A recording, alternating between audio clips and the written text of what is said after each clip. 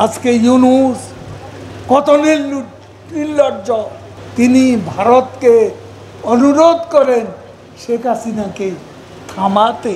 শেখ হাসিনা আক্রান্ত, আক্রমণকারী নয়, তাকে থামাবে।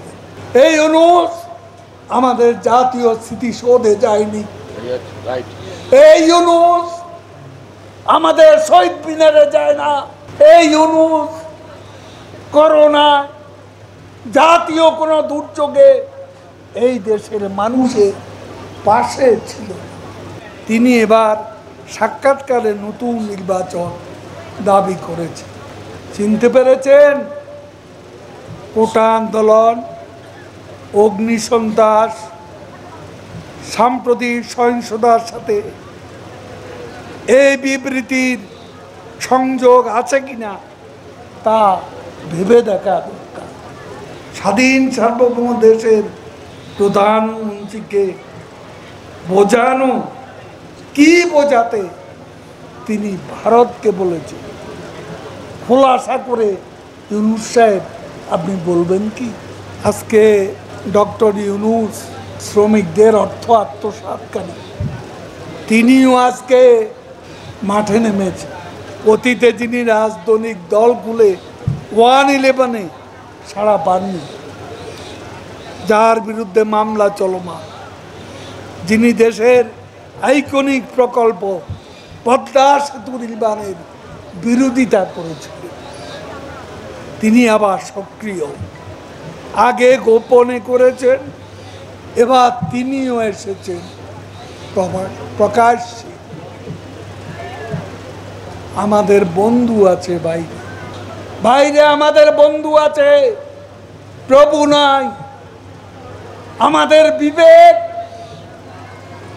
আমাদেরকে চালায়, কোনো বিদেশি শক্তি নয়।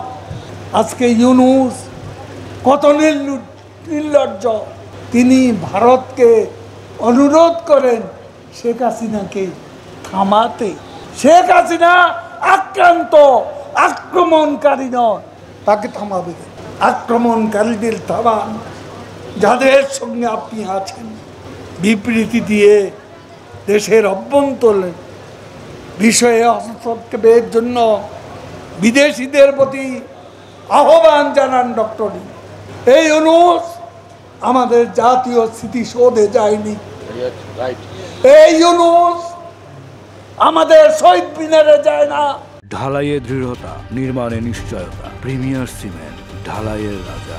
এই ইউনূস করোনা জাতীয় কোনো দুর্যোগে এই দেশের মানুষের পাশে ছিল।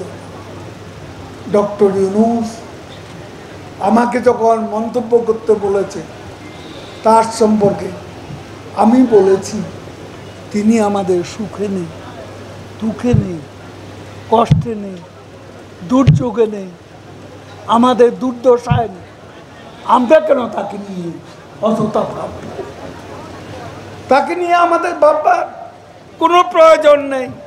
তিনি এবার সাক্ষাৎকারে নতুন নির্বাচন দাবি করেছেন। চিনতে পেরেছেন? কোটা আন্দোলন, অগ্নিসন্ত্রাস, সাম্প্রতিক সহিংসতার সাথে এই বিবৃতির সংযোগ আছে কিনা তা ভেবে দেখা দরকার।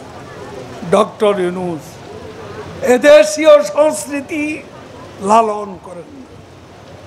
আমি আগেই বলেছি, শহীদ মিনারে, জাতীয় স্মৃতিসৌধে, বিজয় দিবসে, স্বাধীনতা দিবসে তাকে আমরা কখনো দেখেছে কেউ? তিনি আমাদের সঙ্গে নেই, আমরা তার সঙ্গে থাকবো কেমন?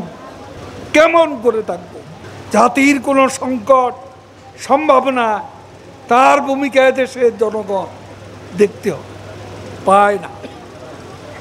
ডক্টর ইউনূস তার সাক্ষাৎকারে উল্লেখ করেছেন, ভারত যেন প্রধানমন্ত্রীকে থামান।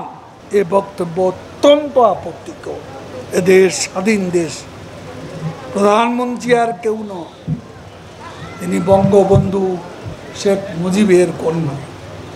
স্বাধীন সার্বভৌম দেশের প্রধানমন্ত্রীকে বোঝানো, কি বোঝাতে তিনি ভারতকে বলেছেন, খোলাসা করে ইউনূস সাহেব আপনি বলবেন কি?